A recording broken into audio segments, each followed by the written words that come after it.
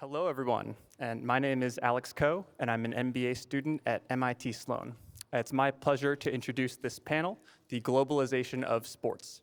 Today, our panelists are Mark Tatum, Deputy Commissioner and Chief Operating Officer of the NBA, Paul Kane, President of On Location, Christine Dorfler, Executive Vice President and Chief Financial Officer of the NFL, and will be moderated by Saj Cherian, Head of Fanatics Ventures.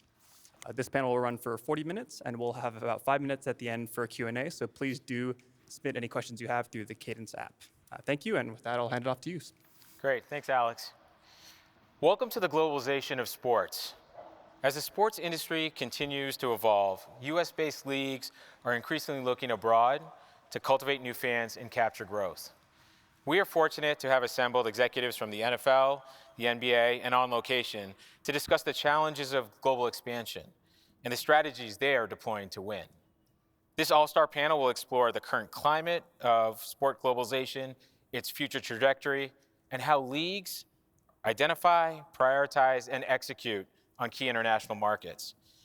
But before we ask the leagues where they're going, let's understand how our panelists got here. How did our executives get their start in sports? Christine, let's bring it in with you. Where did your journey in sports begin? How did you ultimately rise to become the CFO of the NFL? Yeah, no, first of all, thanks. It's an honor to be here. Really excited to be here with Mark and with Paul and to hear this conversation and to learn a little bit as well. You know, I didn't start my career thinking that I would work in sports one day. You know, I'm in a dream role for me now at the NFL, and I love it, but I never started off that way. I actually started my career out of school. I was an accounting major in the Army. And after the Army, I made my way into industry. I started at GE. From GE, I went to NBC, and I was on the media side. The media side led me to being the CFO of NBC Sports. So that was my first, you know, call it 20 years into my career, I got into sports. And that eventually led me to the NFL. So it's sort of a long and winding journey, and I think many careers develop that way, but thankful that it led me to sports, because I love being here. Thanks. So Mark, you joined the NBA in 1999 to lead its business operations, including heading up the international efforts. How did you get to the NBA, and then 2 decades later, becoming Deputy Commissioner and COO? Yeah, so my first job coming out of undergraduate was working at Procter & Gamble. In 1994, Procter & Gamble was the sponsor of the FIFA World Cup, which was the last time the World Cup was actually here in the United States. And I got an opportunity to work on that World Cup, and that really opened my mind to say, whoa, you can actually do a full-time job in sports. IMG actually was our sports marketing agency. And I remember asking them, well, what do you do after you're done working with Procter & Gamble on the World Cup? They said, we go work with other partners on the Super Bowl or the NBA Finals, the World Series. And so I decided that I wanted to go pursue that. After Procter, I worked at Clorox. Then I went back to business school across the river at HBS. Worked for Pepsi between my first and second year in their sports marketing group. Pepsi was a sponsor of Major League Baseball, Major League Soccer, NASCAR. I ended up meeting the president of MLB Properties at the time, a guy named Bob Gamgort.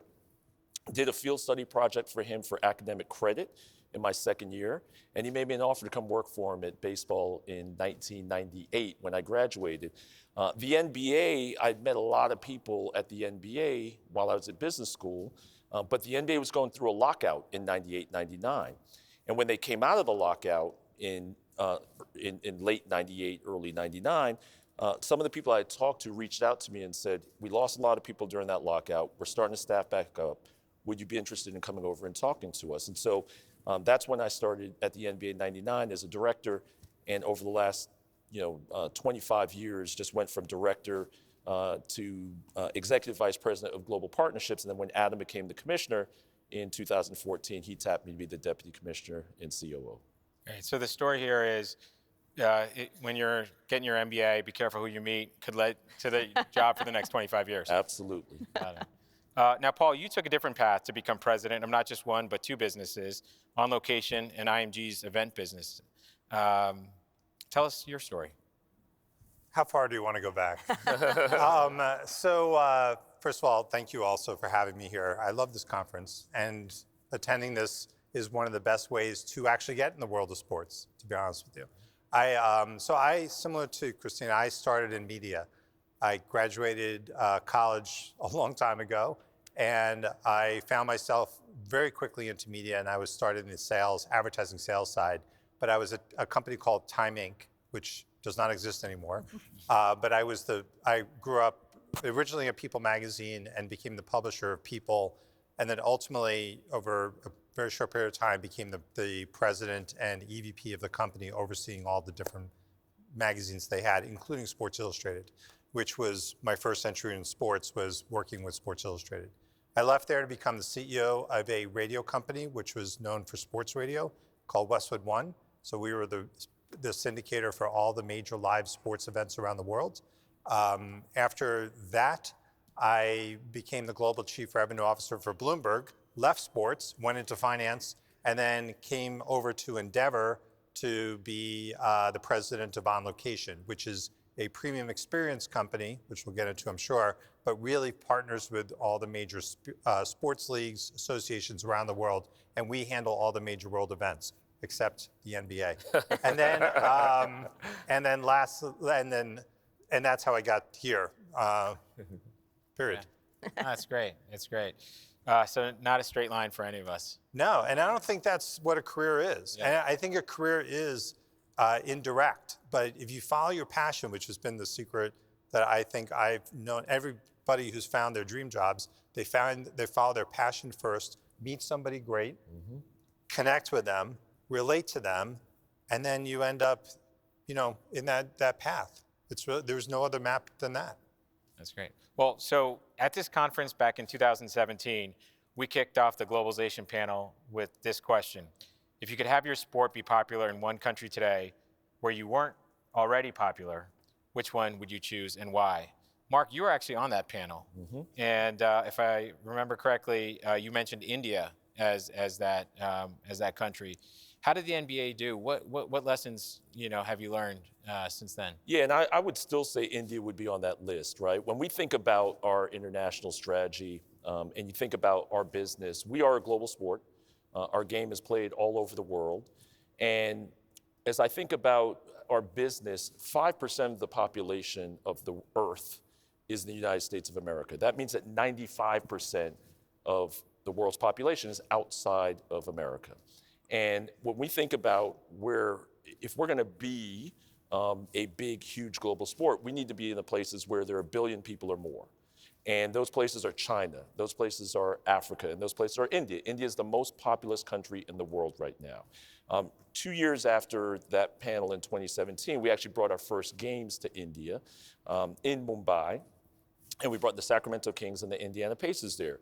We started a program, a junior NBA program with the Reliance Foundation and the Ambani family, Mukesh and Nita Ambani, that now has reached millions of kids in India, teaching them the game of basketball. Because we know that if you can get kids to play the game of basketball, to bounce a basketball before the age of 12, they're significantly more likely to grow up and become a fan of the NBA. And so a big part of our strategy is getting access to basketballs in these different communities, in these school systems, because that breeds passion. And so for us, we're seeing the game of basketball continue to grow there. Now, we're up against a very dominant sport in cricket. When you look at the top 10 sports in India, 9 of them are cricket. Right, and then you can start going after that. But we're seeing progress, we're seeing growth there, we're seeing interest there, and I think that's an area that we think is ripe for opportunity, given the large middle class, the number of people that speak English there, and the affinity and the passion for sports. Now, Christine, 8 years ago, Mark Waller of the NFL picked China. What country would be your top pick? It's tough. I was afraid you were going to ask me to pick one. Look, as we think ahead to this season, the 2025 season, we'll be playing 7 games in international countries. That's more than we've ever played. We're entering 2 new markets and 3 new cities. 2 new markets are Dublin. The Steelers will play in Dublin at Croke Park. The Dolphins will play for the first time ever in Madrid at Bernabeu Stadium. And then we'll play in Berlin as well. So we're very excited about those 3 new cities, stadiums that we'll be playing in.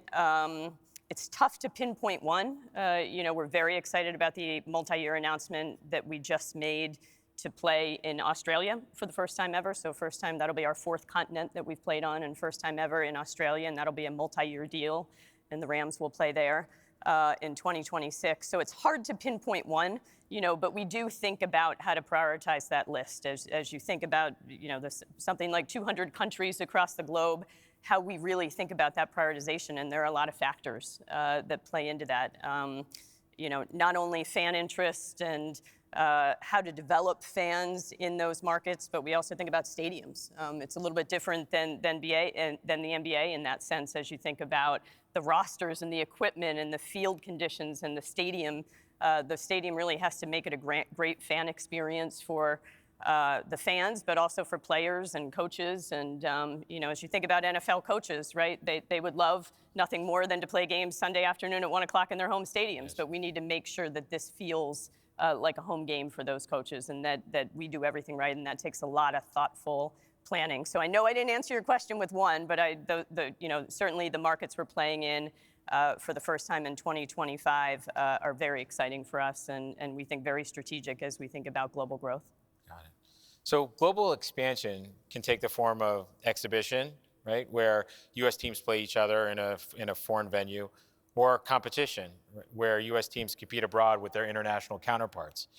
Paul, do you see greater growth potential in exhibition or competition? And how do you see this dynamic shifting in the future?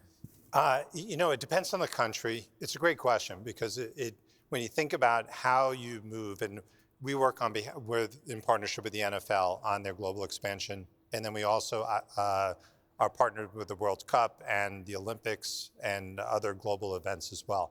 And so when we think about it, the first and foremost is you have to have a great product on the field or the court. Mm-hmm. And if you put a great product there, there's interest, number one. Number two is you're right about the experience.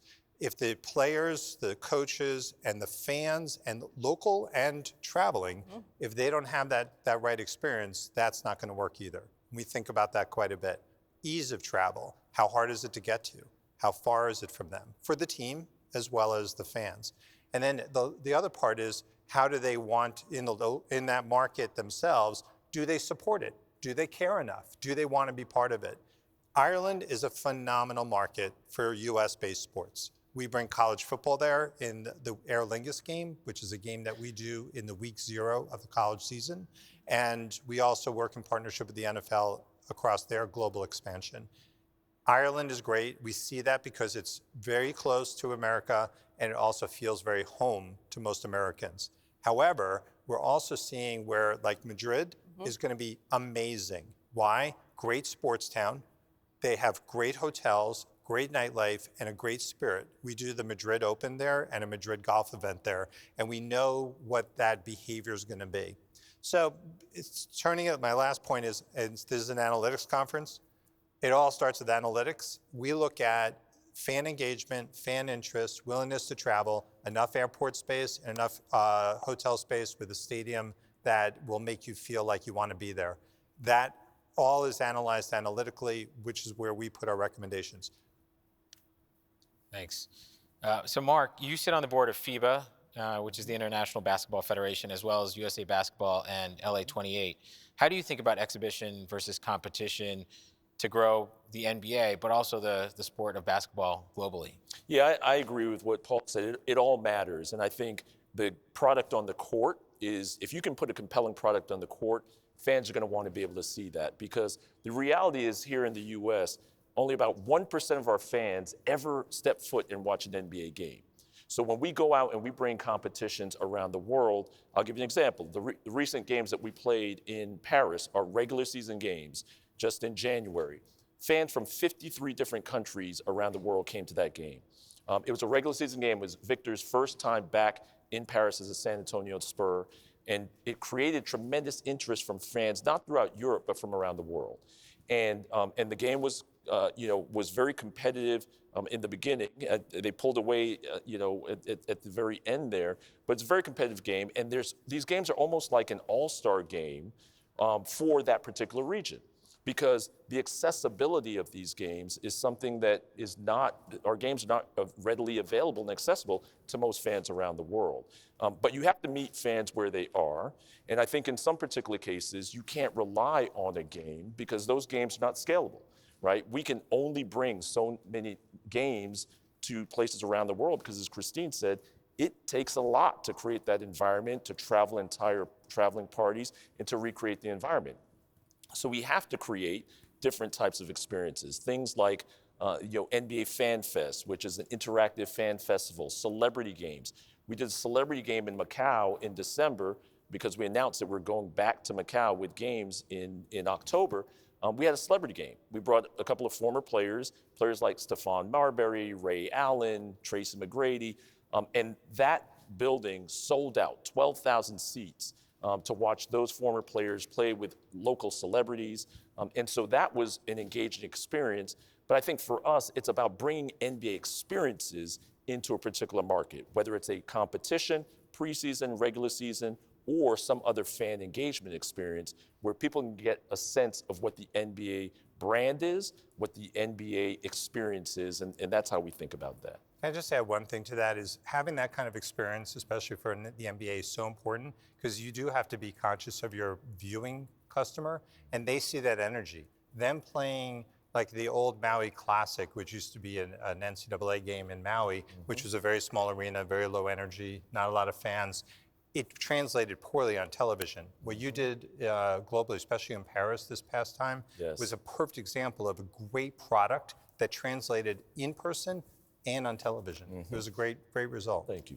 And I would just add, Mark, you talked about scalability, and I think that's a really good point as well, and something that we think about as we're trying to further develop our international strategy. The league office is certainly at the core of it, but most fans aren't fans of the NFL Shield. They're fans of the 32 teams, and so how can we engage the 32 teams? We have a global markets program that 25 of our teams participate in 19 countries to just sort of reach out to those individual markets. And so in some cases of teams, it's multiple markets, but to really think about international growth in a scalable way. So I thought that was a great point. So Christine, building on that, given the importance of competition, would the NFL ever consider an international club, maybe in London? Yeah, look, I think we're thinking about everything, right? Our strategy right now is certainly most directly really thinking about our priority markets. We've developed around 13 of those, and what are those targeted markets where we feel we have the best chance across the globe, and it really does span multiple continents, to grow fans. Where do we have the most excitement from host cities? We think about the importance of flag and certainly being on the stage in the Los Angeles Olympics in 2028 will be a huge platform for the game of American football to really be on a global stage, and that's an important part of our strategy as well.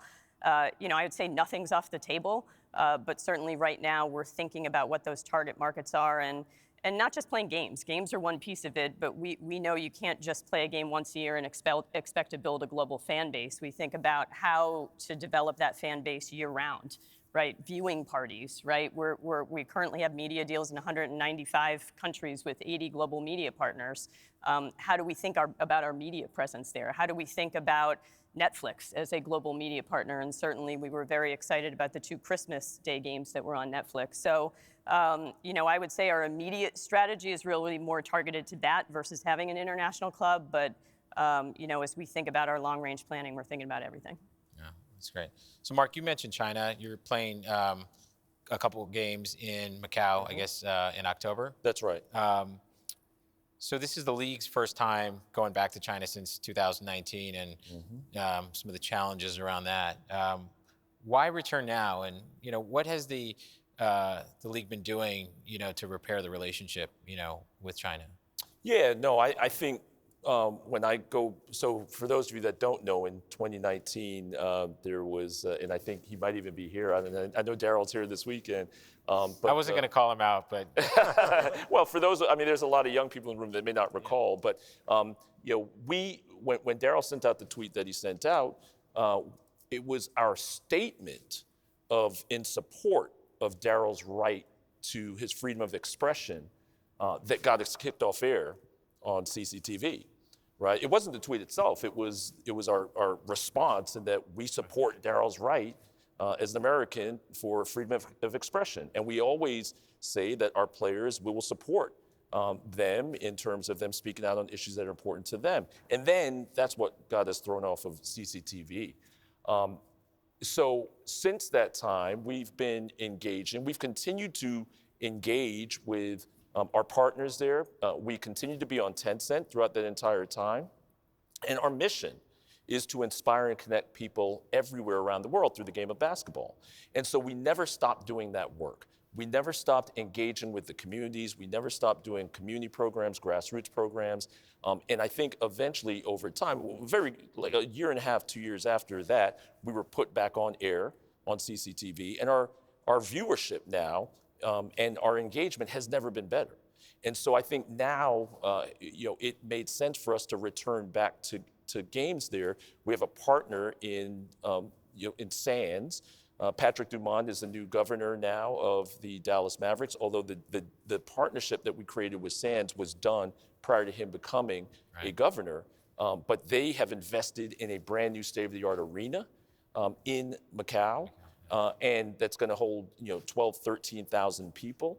And again, part of our whole strategy is bringing the live game experience to fans around the world. And 300 million people in China play the game of basketball. That's almost the number of people that are in the United States of America. That's how many people play basketball there. So we're the #1 sport there. The fans love basketball. And for us, our mission is to export our content to inspire and connect people throughout the world. And the games there is a great way to do that. So why is international expansion so important to U.S. leagues? What are the drivers? More revenue? Is it more fans? Is it more athletic talent? Let's find out from our panel. Christine, well, first of all, congratulations on your record-setting ratings with the Super Bowl 59. I think it's 127 million American viewers tuned in to watch the Eagles defeat the Chiefs. Go Birds. Does the NFL really need to go global? Yes. Yeah, no question. In fact, listening to the Business of Sports panel earlier, I think Brian and Amy and Jessica talked about the way that we'll develop fans over the next 20 years won't look like the way we develop fans over the last 20 years. And I think a lot of things play into that, certainly the way we provide that content to them, the fan experience in stadiums, all of the above plays into that. But international growth is certainly a big factor for us. And there's not, you mentioned a few things, and I would say all of the above to your list. It is not a primarily revenue-driven strategy. That's certainly an important part. But it's really about how do we engage fans, how do we introduce them in some cases to the game of American football, and that's a multifaceted strategy. I mean, the good news is that we've seen tremendous interest. We played last season on kickoff weekend, the Eagles and the Packers in Sao Paulo for the first time ever in Brazil, in South America, and the tickets sold out. It was 47,000 folks. I think it was something like 80% local Brazilian fans, not fans traveling in from Philadelphia and Green Bay. And I think it sold out in like 90 minutes. Wow. So the good news is that the fan interest has been tremendous, and that certainly plays into it. But we really think about, I think, all of the above, and I would say, yes, it's critically important and exciting as we think about what the future could hold and all the potential ways to grow this game and to introduce the world to it. Now, Paul, On Location originated with the NFL and Super Bowl tickets. Mm-hmm. How are you helping the NFL go global? So, the NFL is a phenomenal partner because they do understand their customer, they understand their product, and they're very clear on the purity of that. We've been partnered with the NFL in all aspects. We started with the Super Bowl, where we work with them on their hospitality, their premium tickets, their fan experiences. Basically, everything that goes on around the Super Bowl, On Location becomes the partner of. We also work with them on the participating teams, making sure that they have a great experience at the Super Bowl. All that translates to what we do around in partnership with them around the global expansion. We believe in global expansion for the NFL, but frankly for all of our partners, because we understand that this is a global economy. We are a global viewing world. People are people. We like different things, but we all like watching amazing, exciting, athletic, special moments. And that the NFL is that. When people engage and hear the sport, we know they love it. So we work with the NFL to help introduce that, get the local community excited about it, but also getting the fans there. You referenced Sao Paulo. That was a huge, huge opportunity for us. We actually moved more Eagles fans from Philly to Sao Paulo than I think we've done before other regular season games ever. It was an amazing effort on that front. So we work with them to help them figure out the markets, figure out how to do it, all the things that Christine mentioned. But more importantly, we're passionate about it because we believe that the more people can engage with live sport and understand these great, wonderful sports that you all represent, then that fan engagement translates to so many other things. Yeah. So, Mark, what are the key strategies that you use to break into new markets and build momentum in the places that you want to take the NBA globally? Yeah, I mentioned the first two were, one, getting more kids to play the game of basketball. That's number one. In every country that we are in, we operate these junior NBA programs. We think that's really important. Number two, I talked about, is bringing that live game experience, whether that's an actual game, player appearances, branded attractions, and the like, viewership parties. The third thing is making sure that our content is accessible and localized. So our games are broadcast in 214 countries and territories and 60 different languages. When we go into China, for example, we have Tencent. We have something called NBA X, where we're actually customizing content based on what the fans are looking for and delivering that content to them. In Africa, for example, we launched a league in Africa, and that is about driving economic opportunity around basketball and the business of sports. But we're also taking content from our 50 African players that were either born in Africa or have one parent that was born in Africa, and customizing and localizing that content to Nigeria, to Senegal, to Kenya, and making all of that very, very relevant. We talked about the importance of globalization. When you look at the NBA, we pull from a global pool of talent. 30% of our players were born outside the United States, and including winners of the last 6 MVPs. So for us, if you're a young Nigerian player, a young Greek player, or a young Japanese player, you aspire to play in the NBA. And they drive fandom. Back in 1992, for the original Dream Team, that number was 20 players born outside the United States. Fast forward today, it's 125 different players who, again, are some of the best players in the league. So, and I'll go back to less than 5% of the world is in the United States. 95% of the world is outside the United States. So if you're a U.S. sport and you're not thinking about global, then you're missing out on a huge opportunity to grow your fan base. Yeah, on that point, I think the building global talent base is huge, and I think the NBA has done it really, really well. It's something that the NFL is thinking about quite a bit as we try to expand. We have NFL academies in the UK and in Australia. I think we have 19 players that are now playing Division I college football that have come out of those academies. We have 85 currently on active NFL team rosters, but that just means it's a huge opportunity in my mind. We have an International Pathways program that I believe has 13 players in it, but we have a long way to go. It's a great foundation, but I think that point about really building global talent and recognizable players from countries that span the globe is a really critical part of the strategy. Mm-hmm. So playing the game, but Mark, you also mentioned media and the importance of media. So Christine, you mentioned also the Christmas Day games, right, and Netflix. Talk to us about how your approach to media rights, both in the U.S. but just more broadly, help advance what you're trying to do internationally. Well, I mean, it's as we think about, potentially expanding. We're playing 7 games this season. Certainly, we aspire to play many more than that. Commissioner has said possibly getting to 16, which is something we think about quite a lot. So we certainly think about making sure that those games that are regular season games, not exhibition games, our presence and have a media presence around the world, certainly. But then we also think about our full regular season roster and playoffs and Super Bowl, and how we can make sure that right now we're in 195 countries with 80 media partners, but how do we make sure that we're growing and developing? And we were excited about Netflix just from the perspective of those 2 Christmas Day games. I can't remember the exact number of countries, but we're in well over 100 countries around the globe, and that's a great thing. Beyonce at halftime and 2 games on Christmas Day on that sort of global platform is huge, again, from an exposure standpoint.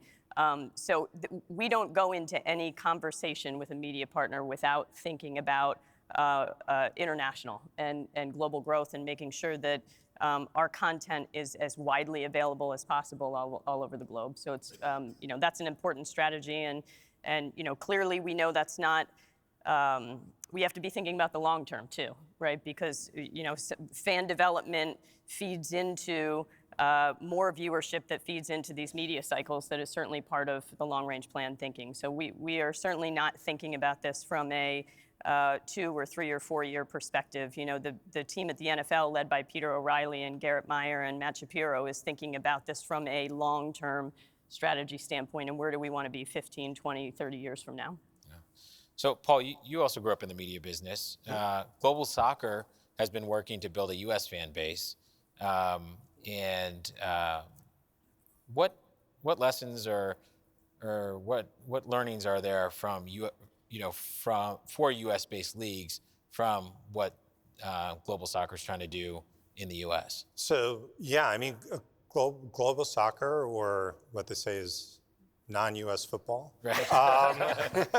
Whichever way you call it, it really underscores everything you both are saying. First of all, they are developing the experiences as best they can, and they're doing the reverse. They're bringing the best of the global game to the North American markets to showcase that talent. With the same purpose that Christine identified, they're developing talent in the North American space, and inspiring that. But they're also developing the fan base, teaching the fan base what a high quality game is. The U.S. or North America perspective, I should say U.S. more than, because Mexico, very different. U.S.'s perspective on soccer is it's a mediocre game, or had been historically in the United States, with the exception of aging European players coming over to show them how good they are. And that's not worked. So what Global Soccer is doing now is bringing the World Cup here. So we're representing the World Cup. They're bringing it to 16 cities next summer for 6 weeks. We're going to be inundated with 105 matches of soccer. With that, we're going to get over 200 countries and territories to come to North America to view that. But we're going to inspire all the people in North America that soccer is an amazing sport, and that it's going to bring that to North America. But it's interesting, because it's like you would say, well, will that conflict with the other sports, with basketball, with football? The answer is no. The beauty of sport is people love sports. I think ESPN has showed us that. We love sports 24 hours a day, 52 weeks a year, period, end of story. I'll watch the Laker-Knick thing last night, or I watch the combine last week, and I'm all over that. Like, it doesn't matter to me. I just love sports. And that's what the fans are all about. So the more.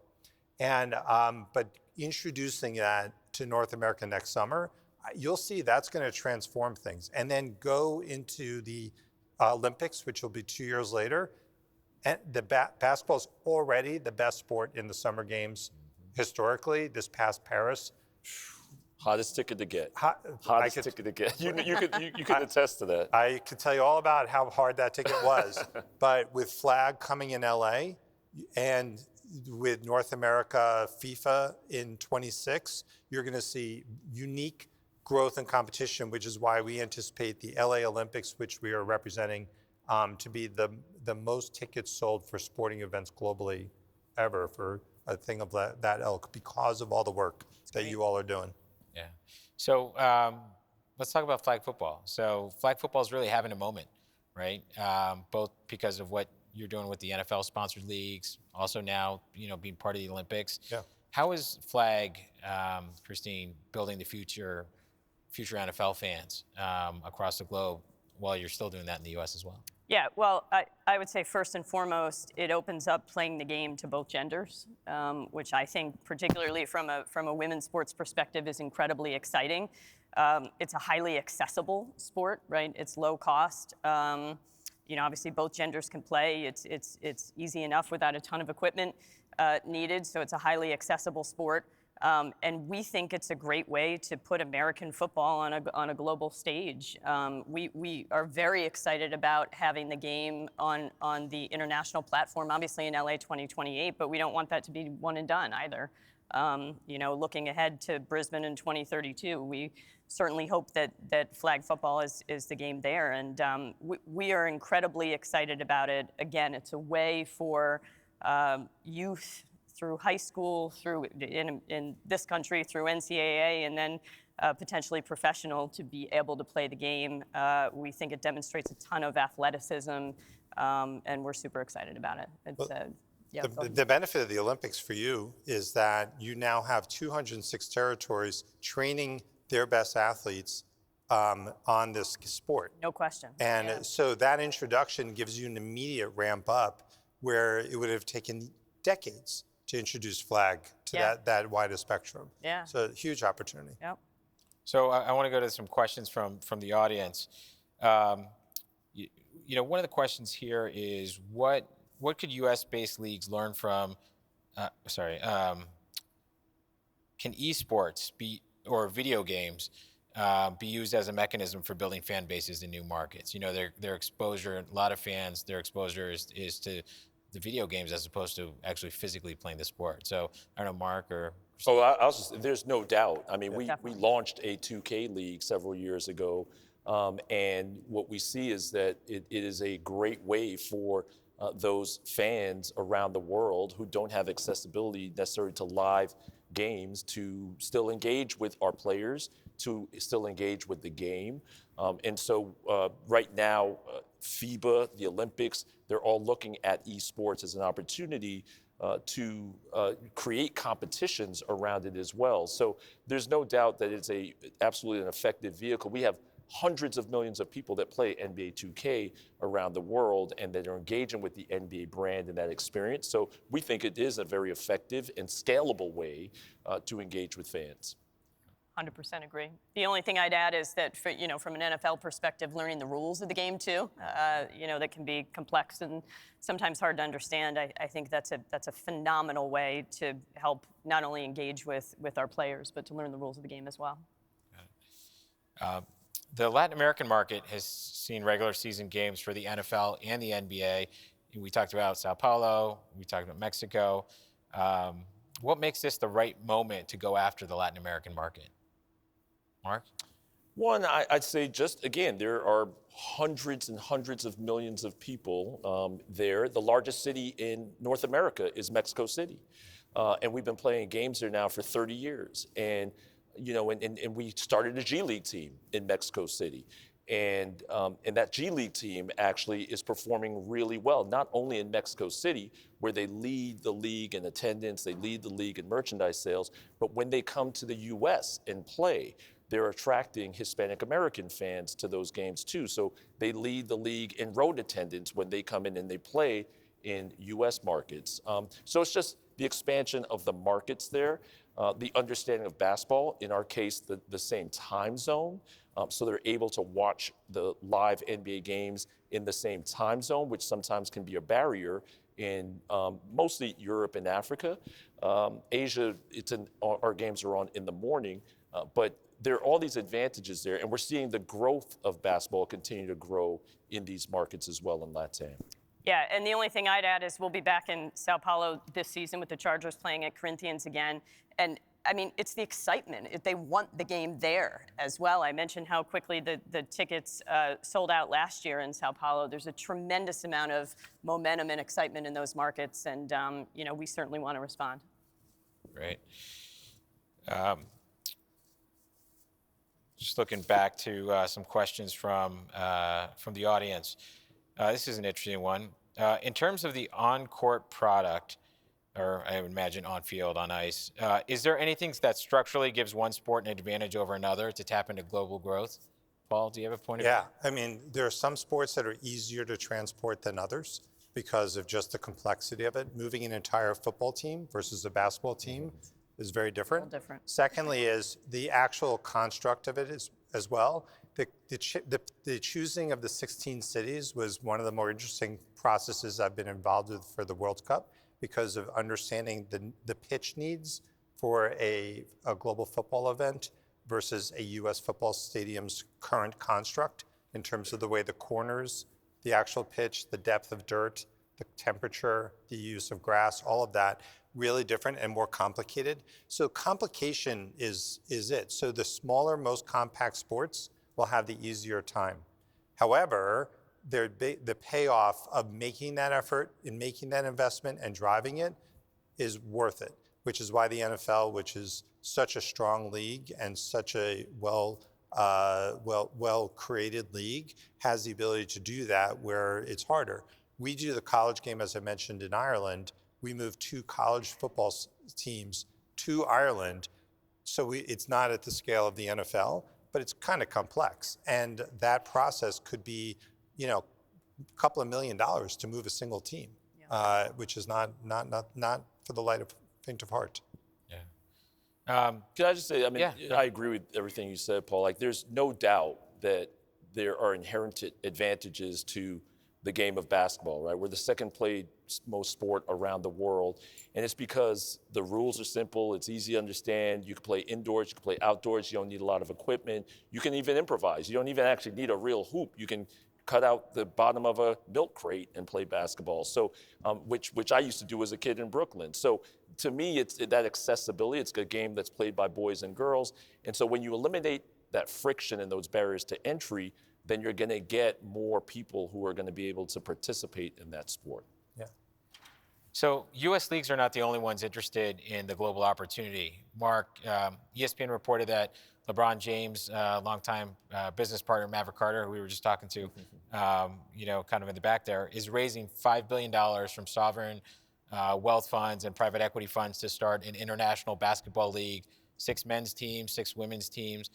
Do you see that as competition or a complement to what you're doing internationally with the NBA? Well, again, I don't know. All I know is what I've read in the reports on that, so I can't speak specifically to that. What I'd say is what we're focused on is creating the best, most global sports league in the world. So we are the league where the best players from the best basketball players in the world play in one league. And even soccer, I don't think, can say that. And I think that's what we aspire to do. And I would say that the relationships that we build with FIBA, the fact that we launched a league in Africa, we're looking at opportunities in Europe, but we partner with other leagues around the world. The CBA, we have partnerships there. We have a partnership with the Japanese league, the B League, to develop talent there, because we want the level of competition in basketball around the world to grow, but we want to continue to be the place that every young boy or girl aspiring to play basketball at a high level will want to play in the NBA or the WNBA. And today, we are that, and I think that's what we're focused on, is making sure that our competition is the place that the best players in the world can come and demonstrate how good they are. Got it. So we're nearing the end of our time, so let's end where we started. Fast forward another 8 years into the future at the Globalization panel at Sloan, 8 years from now. Mark, what country will you be talking about where the NBA doesn't have a presence today? That you want to be in? To me, I'm going to cheat. I'm going to say a continent. I'm going to say Africa, because in 25 years, a quarter of the world's population will be in Africa. And what we're trying to do in Africa right now through the launch of this league is demonstrate that basketball and sports can be an economic driver of industries, of jobs. It's got the youngest population in the world, fastest growing. And when we talked to the private sector and public sector there, they said, what you guys can do is help us create jobs. And so that's what we're trying to do. We're seeing tremendous growth in the Basketball Africa League now. We're seeing investments in infrastructure. We're seeing entrepreneurs sprout up around promoting our league there. So that's 8 years from now. Ask me again. Okay, Africa. Yeah, Christine. exactly. Yeah, I would agree with Africa. That's on my list as well, in Asia for us. Yeah. I think developing that presence, Australia in 2026 will make 4 continents for us. I would want to expand that by 2 when you talk to us in 8 years. Yeah. Yeah. It's a Paul, on locations, ready to hit both? We'll hit anywhere these guys want to go. But I will tell you that we're excited about what's happening also, in addition to those things, in the Middle East and Saudi. I think that that region, from a sports perspective and a sports entertainment perspective, is going to be something to watch. Fantastic. Well, please join me in thanking our esteemed panel.